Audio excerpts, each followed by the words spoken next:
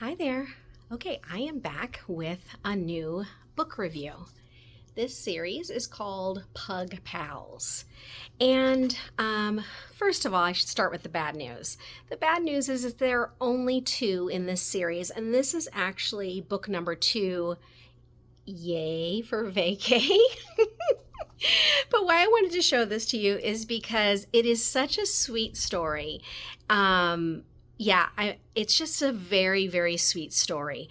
And the premise of the story is these two pugs.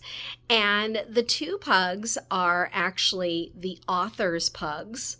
And she did this as a hobby, as a blog hobby that then turned into these two books. And so, of course, you know me, I'm not necessarily buying my books at full price at the bookstore.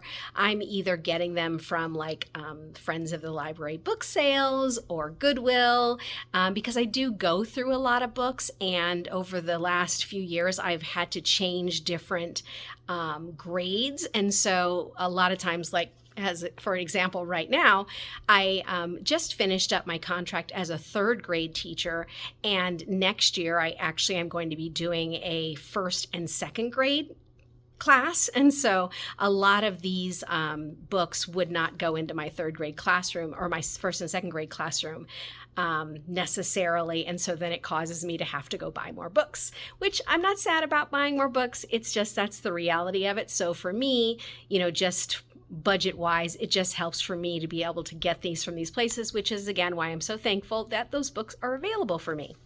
But anyway, let me go ahead and show you inside this book. All right, so first off, you can see that it's a very cute cover.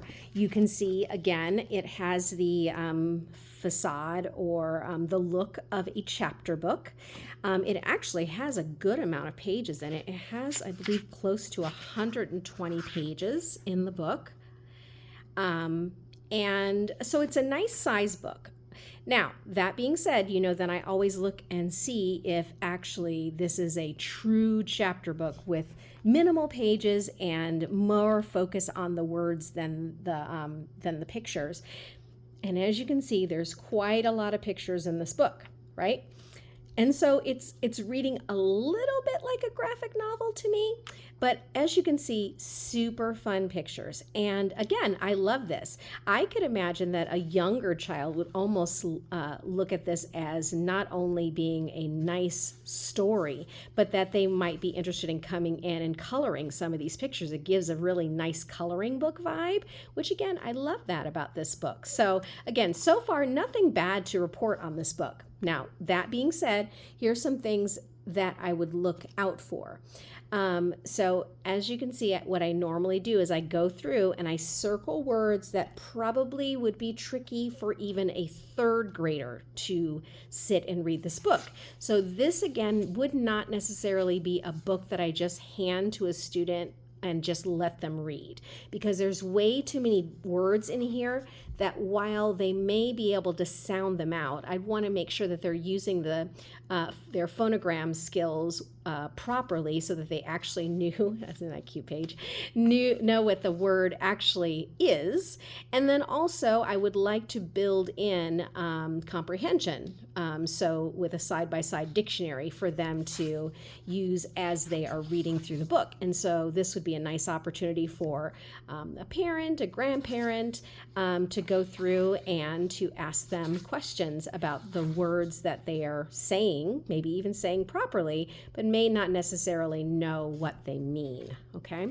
It is a very cute story. As you can see just from the pages, it's very inviting. And the story is a mystery. They've gone to stay with their grandparents because their human is going out of town. The grandparents have a vegetable garden, which they had not seen before. And they go into the vegetable garden and something happens where there is a thief in the vegetable garden, but it is not them. So then here would be a reference that the kids get that they may not understand.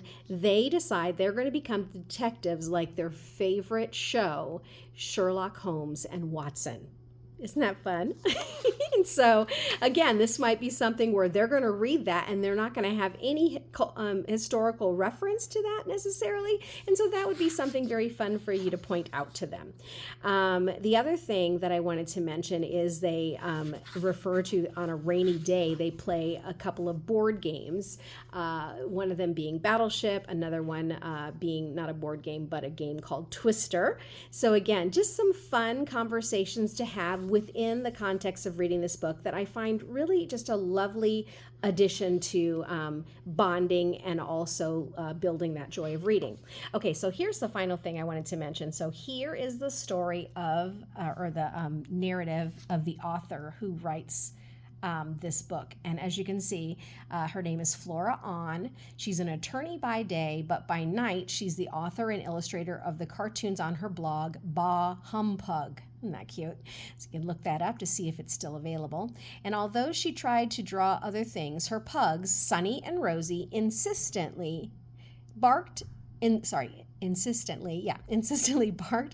pawed at her until she made drawings of them. Lots and lots of drawings of them. She lives in Virginia, where she spies on her pugs and uses her observations to develop her blog and her books. So yeah, again, super, super cute. So as you look inside, and as I said before, I really enjoyed the story. I thought the pictures were amazing. It does give, again, a little bit of a graphic novel vibe.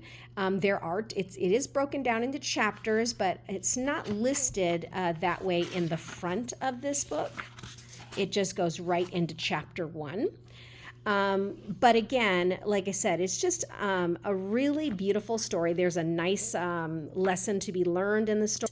But yeah, like I said, I would definitely say this is one that I would let students read. I would say, kinder, first, second, you definitely would have to sit next to them and read it along with them.